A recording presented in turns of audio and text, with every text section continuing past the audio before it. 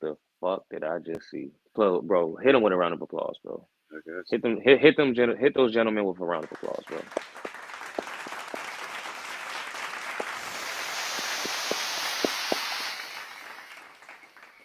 Man, We just finished watching the second longest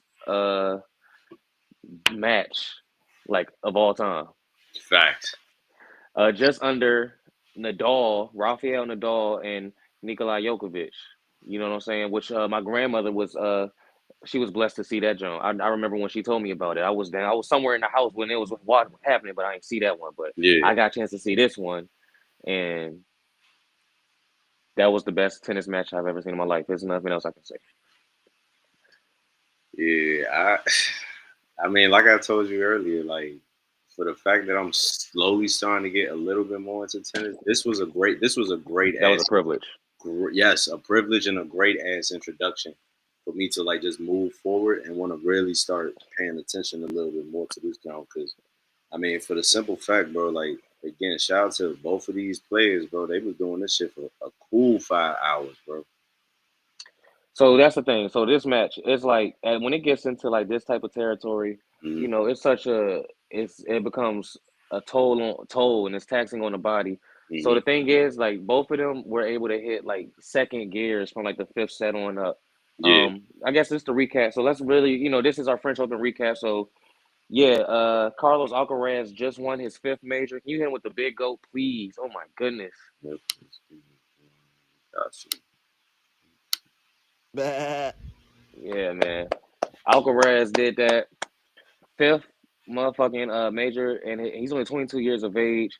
But he was down early in these sets, and Yannick Sinner really had this shit kind of like, and he had it. He had it under control. Yeah. Alcaraz, it was like the first two sets, it was looking like Sinner's game, but Alcaraz was slowly warming up, and then it became Alcaraz game. Those next two sets, masterfully as well. Like, and I'm gonna pause right there, and I'm gonna say in that fourth set Mm-hmm. when Yannick Sinner was up, we was about to. I just want to let the audience know, literally, just damn near 2 hours ago, we was ready to go live with this shit, and because it looked like Yannick Sinner Yeah. was about to wrap this shit up in the fourth fucking set. Yeah. That did not happen. Alcaraz like just balled. He just balled out. He just balled out. I don't know how else. I don't know how else to say it. That fourth set, he was down. I believe like 5-3, 5-4, or whatever. Yannick Sinner should have won that fourth set and Right. won the French Open then, but Alcaraz was just battling. But then I'll say the fifth set obviously went to Alcaraz, and then it's the final set, or the fifth set was the final set. The fifth set went to Alcaraz, but Yannick Sinner was in control there. I think that he had a chance to win it. He should have won it in the fourth. He had a shot to do it. It seemed like he hit his like third gear at this point in the Mm-hmm. match, but that tie break, he could get a lot of it. Again, he was up 5-4. Yeah, then Right. Alcaraz 5-5, and then I mean six. I'm sorry, 6-5, and then Alcaraz tied it up with the 6-6. Now we had a 10 point tie break, and we just seen Alcaraz just dominate. He basically won that shit 10-2 in the last set. Like it was just wraps from there. So that's when I want to take it back to like the third and fourth set. Is like for me, I always knew that Alcaraz was top three for sure, but I can now say as a Joker fan that he is the best currently in men's tennis. It's undeniable at this point. The fact, bro, Yannick Sinner stretched him out wide from left to right on that goddamn court, and he Yeah. was recovering, he was returning every impossible shot. Like That's a Alcaraz is that's a alien. lot of talent to be able to do that.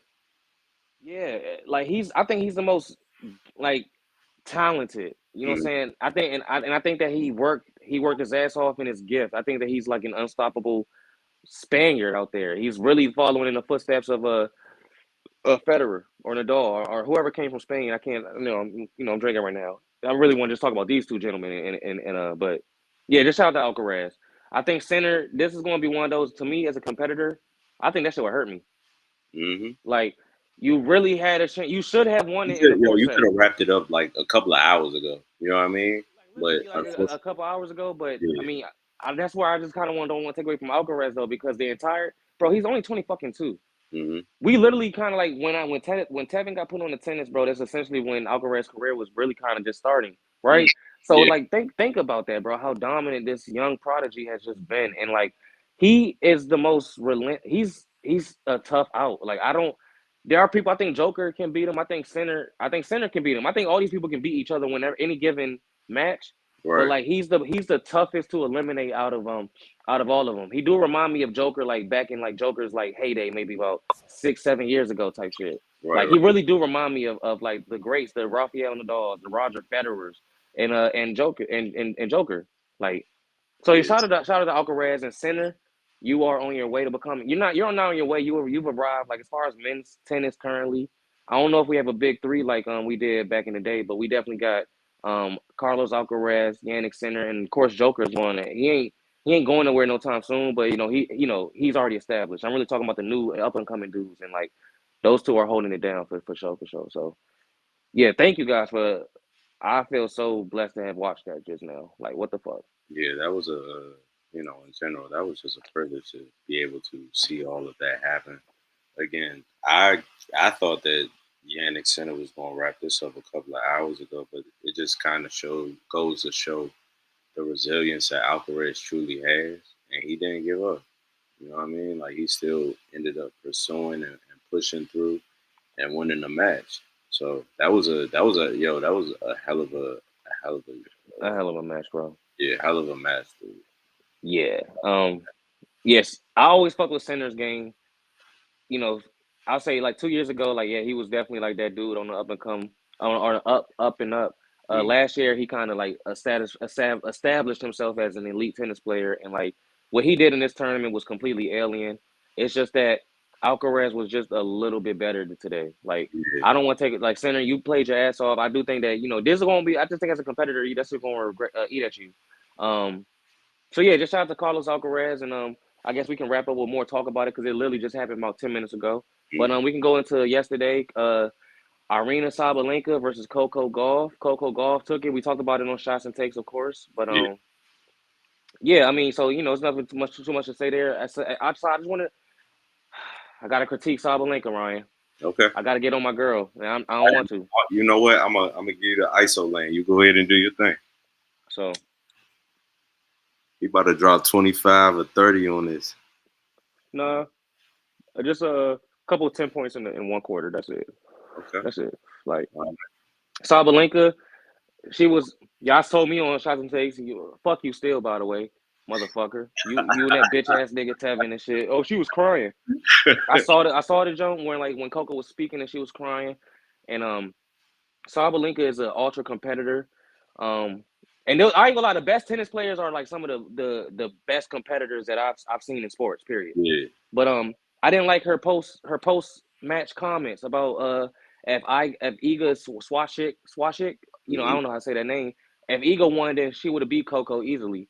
And you know what I'm saying? Like she was just it's like that's sore loser shit, Sabalenka. Like I would say this. Some of that makes you great. You know what I'm saying? Like the fact that you like took it that way, but at the same time, that is just like being a sore loser and a bad sportsman. I didn't appreciate hearing that from Sabalenka. Hmm. I know if I'm in Coco, again, you know what? Maybe they do have more. Maybe it's a little. Maybe it is some real tension there. Like I ain't gonna hold Hmm. you because they play each other so fucking much. Um, yeah. Then she just said, I'll get over it. But I'm going to Mykonos. I already got my tickets booked to Mykonos. I'll get over it, and that's cool. Like all that's cool. It's just that sort. It just seems like distasteful and sort of loser like. Right. But I just think that that's a fire in her. I just did not. Sabalenka, that was just nasty to say. That was nasty to say. And culturally, like in our culture, black people, we when we hear some like little fuck shit like that, we gonna remember that. Her family gonna remember that shit. The people around her, they gonna remember that you said that shit. You don't, and I don't think that you need to give Coco Golf any more artillery. She's gonna come for you and Iga now, like on some other shit. But I hope that you can use that ferocity to probably rebound in the U.S. Open. Maybe I get to see you in the City Open. That'll be beautiful, But yeah, I didn't like those. I didn't like those post game comments. But shout out to Coco Golf. When I was watching Carlos, bro, I just had a thought, like, you know what? I think that Carlos and Coco are like just so undersized. Like when I say that, I'm saying like, a Joker, a Sabalenka, these people are like heavy hitters, you know what I'm saying? They got like the size, they got like all the like the attributes that you would want in like a your typical athlete in any sport, the bigger, more powerful people. So like Coco and Alcaraz to be able to use like their undersize and speed really to their strength to recover and like and still like have in Hmm. returns. Right. It just speaks to like how I think that like Coco and Alcaraz are the true number ones currently, and like they are on a different level because they. I don't know about Alcaraz, but I know Coco did not play her best tennis in the French Open, and she still. But when it mattered, she rose up. Sinner been balling out of control all tournament, and Alcaraz just he always has been looking that way. It's just that Alcaraz. I just again like today is just the day I was like, okay, Alcaraz, you. I'm a Joker fan, and I'm always rock with Joker every tournament until he retired because he's that great. But Absolutely. you got it, bro. You that nigga. You that nigga. My respect has grown a lot more for Alcaraz since I seen him play last year. Um, like I said, this was a hell of a match, and it's it's a privilege to see stuff like this, bro. Like you don't see this often. You know what I mean? Like just a match like this to go on for 5 hours. That's crazy. So you gonna be more tapped into the City Open and the U.S. Open? Yeah. If Oh it yeah, or bet. if it's gonna be something somewhat kind of similar to this style, But you absolutely. know you're gonna get a great match even in the first round. You're gonna get one of those. You're gonna get some great matches. You like Yeah.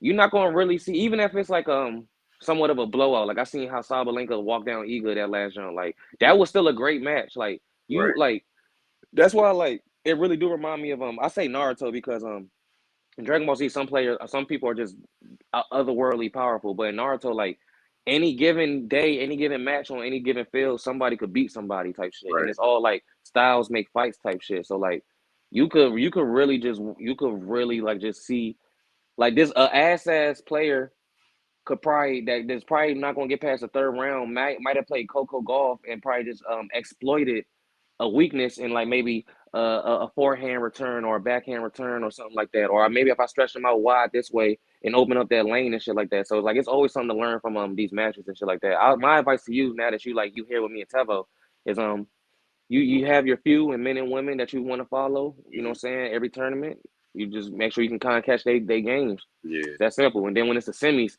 like the last eight, then that's when you just watch everything. You know Yeah. what I'm saying? So Yeah. I feel like ultimately, like this just kind of broke the ice, and I was, I guess because with y'all, like y'all was talking about Joker and Alcaraz. Those was really the two people that I was really paying attention to last year. But now I got like a third person to really pay attention to a little bit more, and that would be Yannick Sinner. You know what I mean? Like he played phenomenal today, bro. Like yeah, yeah, yeah. Weezy, stay tuned with us, y'all. You know what I'm saying? We just had to do a little quick recap for y'all. Again, watch Shots and Takes episode. I don't even know what number we was on. 17. 117. Yeah, Yeah, okay, 117 yesterday.